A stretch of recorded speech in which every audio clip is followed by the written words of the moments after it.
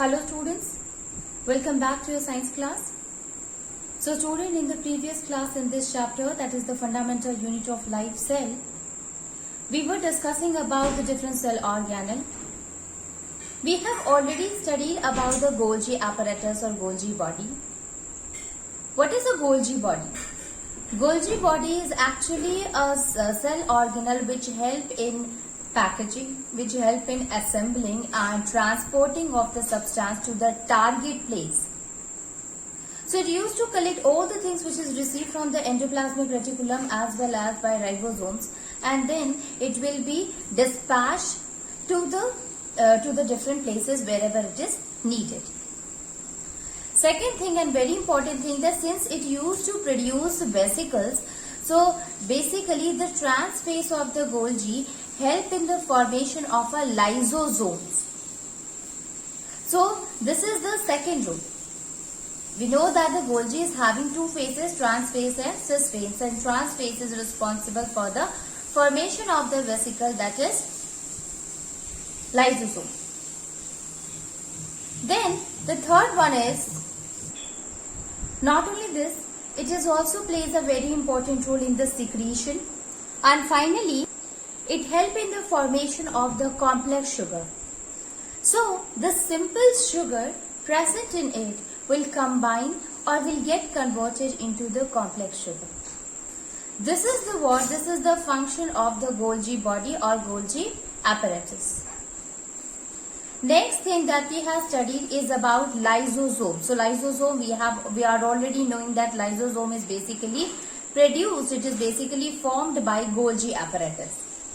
So lysosome is present in eukaryotic cells, and lysosome, it was first of all discovered by Christian de Bruy. So when you look at the lysosome, it is what? It is a single membrane spherical vesicle which is consisting of a digestive enzyme in it, and that is called as hydrolytic enzyme in it. Digestive enzyme, or so the small vesicle consisting of a hydrolytic enzyme. Talking about the function of the lysosome, students, so first of all, since it consisting of a digestive enzyme, so it is used or it is helpful in the digestion of the material which is entering into the cell. So because of that, because of this property, lysozyme is also called as the digestive bags, since they help in the process of digestion. Second thing, we also call the system of the lysosome as a disposal. It means a garbage disposal system. And why we used to call this, students? It is because you see that it helps in cleaning the worn out cell organelle as well as the foreign substances which is entering into it. It will also removed, it will also killed with the help of the enzymes present in the lysozyme. And because of that, it is called as the garbage disposal system. Third name is called as suicidal bag. So due to some disturbance in the cell metabolism, sometimes it bursts, and when it bursts, all the hydrolytic enzyme come outside, it will get spread throughout the cytoplasm, and you know that the role of the hydrolytic enzyme is to digest. So it start consuming, it start eating its own cell organelle, and this will lead to the death of the cell, and finally we will say that the cell die, or we can say that the lysosome is responsible, or lysosome itself eat its own cell, and because of this property we also called it as a suicidal bag. So this is what the role, the function of the lysosome in the cell. We were talking about the cell organelle which is called as mitochondria, the next cell organelle. The things that we have seen in case of a mitochondria, student, that it is called as the powerhouse of the cell. Why it is called as the powerhouse? Obviously, it helps in releasing the energy, and energy is stored in the form of ATP, adenosine triphosphate. and because of this property it is called as powerhouse of the cell. When we look at the structure of the mitochondria, students, what we have seen, it is a long or an oval shape where it is basically made up of a two membrane, outer membrane and inner membrane. Inner membrane, it is having a lot of folding. Enfoldings are there, which we called as cristae. And this enfoldings will help in increasing the surface area so that the process of ATP, the reaction in which ATP generation can happen easily. Inside to this enfolding, the matrix is present, the fluid is present. Okay. So the inner folding in case of a mitochondria is called as cristae. This is called as cristae. Okay, that is the inner folding, and inside it there are matrices present, which is also called as mitochondrial matrix.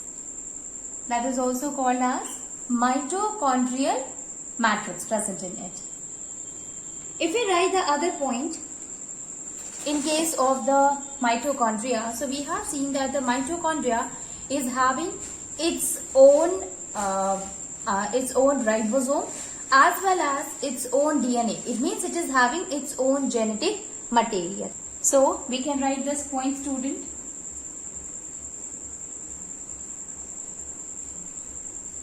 That mitochondria contain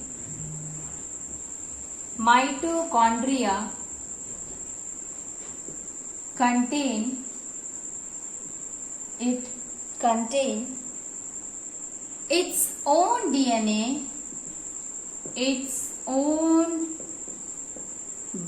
If you are talking about DNA, it means having its own genetic material and ribosome. Okay, like cell is having the DNA and ribosome, mitochondria itself having a DNA.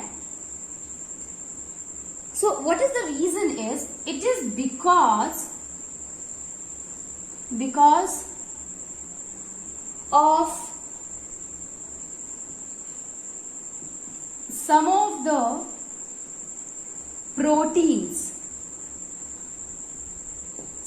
the proteins required by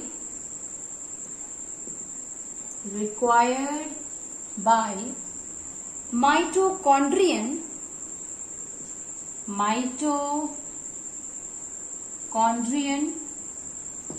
is synthesized.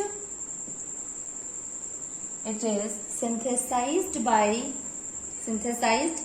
within the mitochondrion itself. Within the mitochondrion itself. Okay.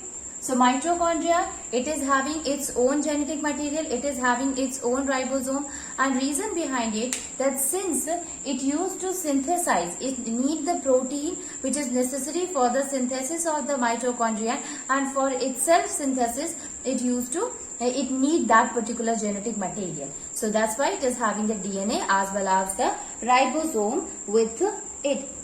In the inner membrane, you will find that there are very small minute particles are present, and that are called as F1 particles. It means in the mitochondrial matrix, F1 particles are present. F1 particles are also called as oxysomes. So many times if the question is asked that what is oxysome, so you will say that these are the small particles which is also called as F1 particles are present in the mitochondria inner membrane, or it means it is present in the mitochondrial matrix. What is the role of this F1 particle? Actually, these F1 particles, they are embedded in the mitochondrial matrix, and they plays an important role in the process of the synthesis of the ATP. Okay, so they are associated with the production of ATP.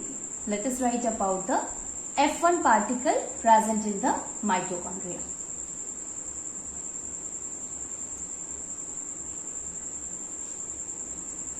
So, the inner membrane of mitochondria, the inner membrane of mitochondria, the inner membrane of mitochondria contain many small particles, and these particles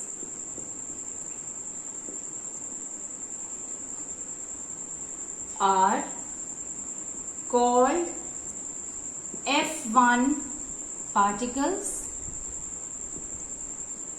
or oxysomes. It is called as F1 particle or oxysomes. Next point related to F1 particle, that these particles are embedded, these particles are embedded, these are embedded at the surface of the, or in the surface of the inner membrane, in the inner surface of, or embedded at the surface of the inner membrane. Okay, that is the particles here. Now these particles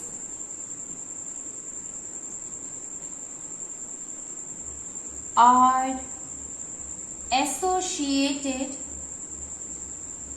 these are associated with the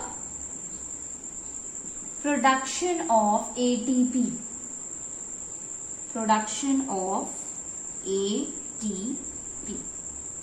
Okay, so this is all about the structure of the mitochondria. When you look at the structure, students, you will find that there is an inner folding is there. I told you about it, the inner foldings, okay, which help in giving the surface area for the energy generation can happen here. Inside it, you will find that there are the small particles are present, like this. It is present all over that of the inner membrane. Okay, and the role of this F1 particle, that it help or it is associated with the ATP generation. Now this is the structure. What is the function, student? Function is very clear, that it help in generating ATP and it help in generating energy, and this energy is stored in the form of a ATP in mitochondria. So basically it is a site where ATP is stored or energy is stored in the form of ATP. Okay, this is the chief function of a mitochondria. Talking about ATP, we are continuously saying that ATP, it is what? It is an energy currency. It means if we are saying ATP, it means that particular molecule is having a lot of energy in it. So the full form of ATP is adenosine triphosphate. Adenosine triphosphate. Okay, this is energy rich molecule.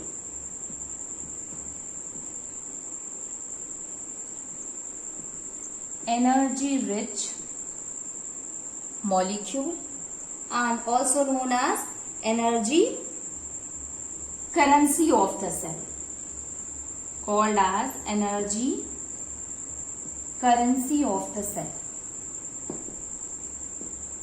This is really important for all the metabolic reaction or the activities which is going inside the cell. Every activity, every reaction, there is a need of an energy, and this energy will be provided by ATP. So,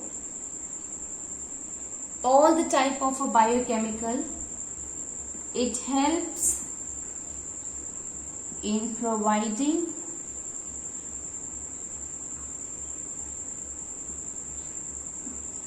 energy to all the type of biochemical reaction.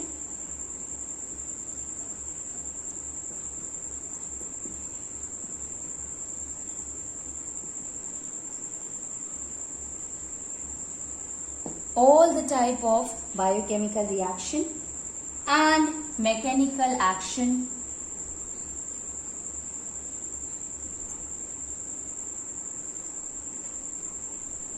occurring in cell. Okay, so this is the role of ATP. Let me tell you here one thing. What happens if suppose this is ATP, students? So when it is used for the metabolic activities, or when it is used for any function, any mechanical activity which is going on, at that time it starts releasing energy, and this energy, the breakdown of the energy happens by releasing of phosphate, an inorganic phosphate from ATP molecule. And when the inorganic phosphate is released and energy is released, then it will get breakdown. Ultimately, we can understand here that this ATP, it is energy currency. It means it is having a higher amount of energy in it, right? When we do some mechanical work, at that time this ATP is used up in the form of energy. It means it break down into ADP, that is adenosine diphosphate. This name is adenosine triphosphate. Here it is name is adenosine diphosphate. So one of the phosphate is missing, so it will releases one more inorganic phosphate and energy is released. A lot of energy is released. So this ADP is having very less amount of energy and ATP is having high energy. That is why it is energy rich molecule. This is energy deficient molecule. And when the oxidation process occur in the mitochondria, again with the help of the oxidation, that is reaction between the food and the glucose, help in producing the energy, and this energy will be used by ADP reacting with the inorganic phosphate, and ultimately it is stored in the form of ATP. So this is how the energy transfer occur. ATP break down into ADP and phosphate and energy is released, and ADP combined with inorganic phosphate again with the energy which was given in the process of the respiration, and finally it get converted into ATP.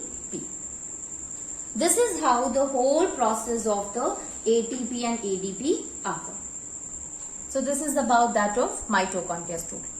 Moving on, and we will see the next cell organelle, and that is called as plastids.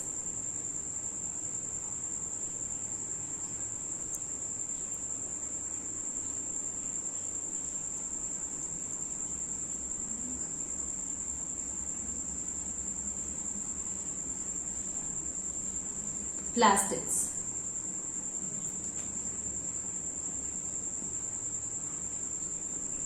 Basically, the plastids are present only in the plant cell and it is absent in animal cell. Okay. So the first point that we can write here in the plastid, that these are the organelles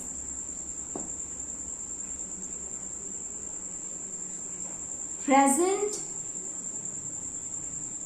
only in plant cells and absent in animals. Absent in animal cell. Okay, it is absent in animal cell. Plastid, they are double membranous organelle. These are double membranous organelle, double membranous organelle, which contain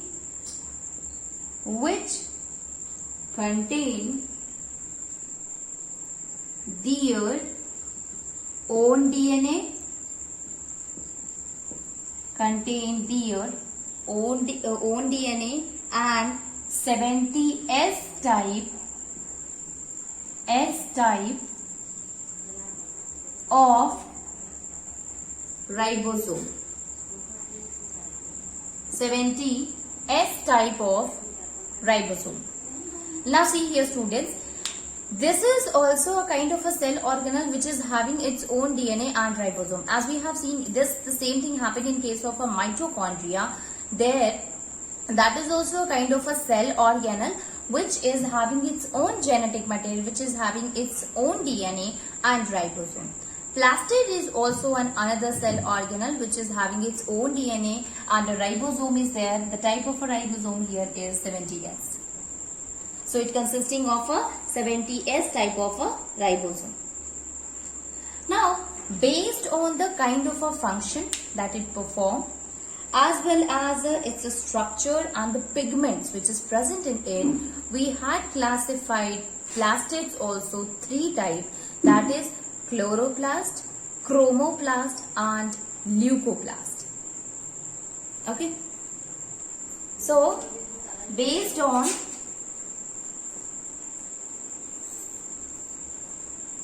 presence of pigments, structure and function. Pigments, structure and function.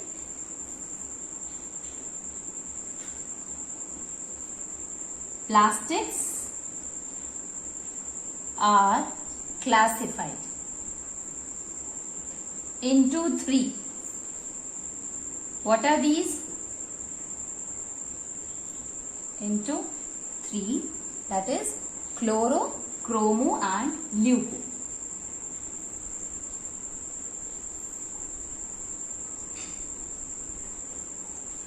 That is chloroplast, chromoplast and finally leucoplast. Chloroplast, chromoplast and leucoplast. Let us try to understand all of them one by one. Starting with the first one, and that is, if you will see here, leucoplast.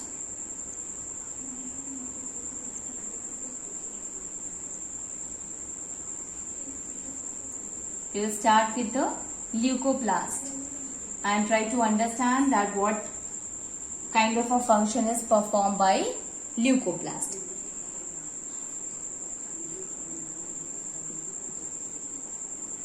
Leucoplast is what? It is a type of a plastid which is colorless. Okay, it is a colorless or white in color. It is colorless or white plastids. It is colorless or white plastids. Second thing, that is, obviously since it is colorless, it does not have a color. It means it does not have a chlorophyll, the pigment. It is not present there. And we know that for the process of the photosynthesis to be completed or to be carried out, it can only occur because of the presence of that green pigment chlorophyll, and since it does not have it, it will not going to take part in the process of photosynthesis. So, we can write that these do not participate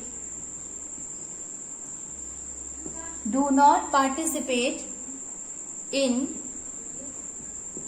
the process of photosynthesis. Process of photosynthesis. And then if it is not helping in the process of photosynthesis, so what is it for?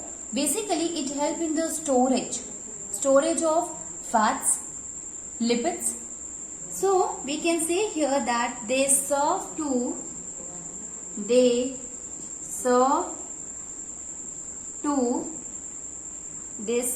to store reserve food. Store reserve food. They serve to store reserve food. And these food can be, students, it can be starch, including fats or oils, we can say. Fats, oils, and proteins. Finally, protein. These are some of the function of the leucoplast. First one, it is colorless. It do not participate in the process of photosynthesis, and ultimately it will help in the reserving the food. It help in storage of the food, and that food can be fat, oil, or protein, or starch.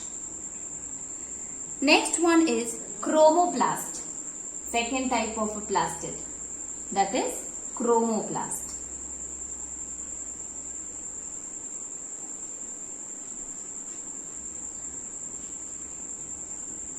Chromoplast.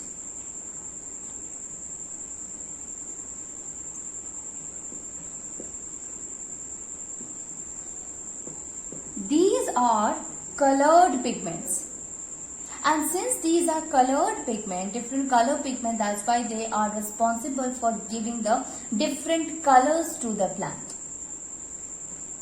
So the first point is, these are colored pigment.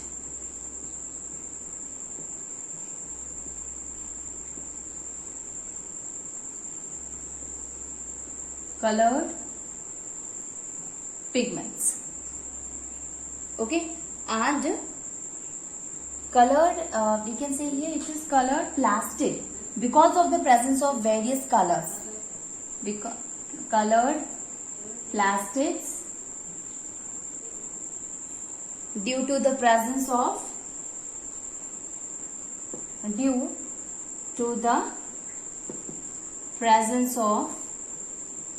various pigments. Due to the presence of various pigments. And they basically help, we can say that these also serve, these usually serve to manufacture,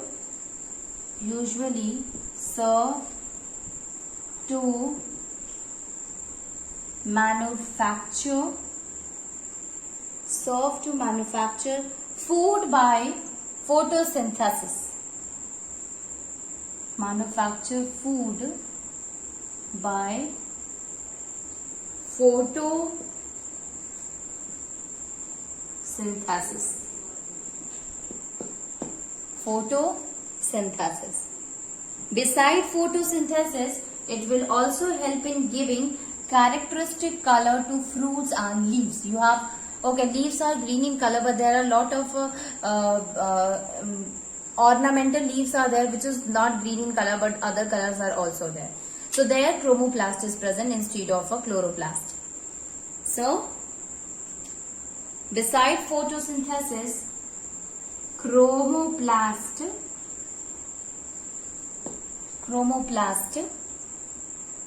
also provide characteristic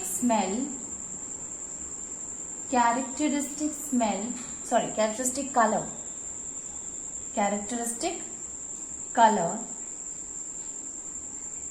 to the fruits